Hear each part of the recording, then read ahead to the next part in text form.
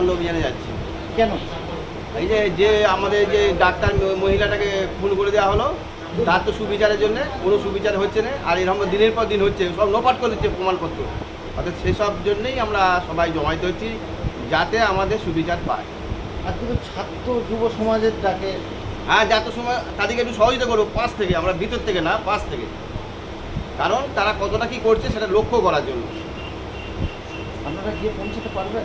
চেষ্টা করবো, তাতে যতদূর হলো হলো। আমরা তো বেরিয়েছি আমাদের মন প্রাণ দিয়ে। আপনার নাম? আমার নাম হারাধন বেশ। আপনারা কোথায় যাচ্ছেন? আমরা যাচ্ছি আজকে নবান্ন অভিযানে, ছাত্রদের ডাকে নবান্ন অভিযানে যাচ্ছি। মানে কি চাইছেন আপনারা? আমরা চাইছি মমতা ব্যানার্জি এই যে এরকম এত দুর্নীতি করছে, এইটার একটা বিচার হোক। একটা ডাক্তারকে মেরে দেওয়া মানে আমাদের দেশের সম্পদ নষ্ট করা, সেটা আমরা চাইবো, যাতে করে না হয় বা তার বিচারটা যেন আমরা পাই। আপনারা কি শেষ পর্যন্ত নবান্নে গিয়ে মানে পৌঁছাতে পারবেন? এখন দেখি, এই তো যাচ্ছি, কি ব্যবস্থাটা দেখি, আগে চেষ্টা তো করবো পৌঁছানো। হ্যাঁ, আর শুধু আমরা কেন, আমাদের মতন হাজার হাজার স্টুডেন্ট বা হাজার হাজার গার্জেন, তারা সবাই যাচ্ছে।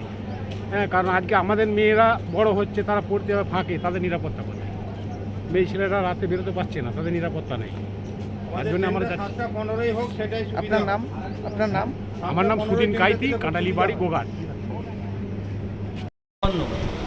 নবান্ন অভিযান কেন? কেন যাচ্ছি, একটা যে দুর্ঘটনা হয়েছে, যে মৃত্যুটা হয়েছে, সেই মৃত্যুটার জন্য আমরা সবাই মিলে আজকে নবান্ন ঘেরাও করবো। আপনারা কি নবান্ন পর্যন্ত গিয়ে পৌঁছাতে পারবেন? হ্যাঁ, পৌঁছাতে পারবো, যতদূর যেতে পারবো যাবো। এখানটা কোন জায়গা? এটা যে গোঘাট, কতজন যাচ্ছে?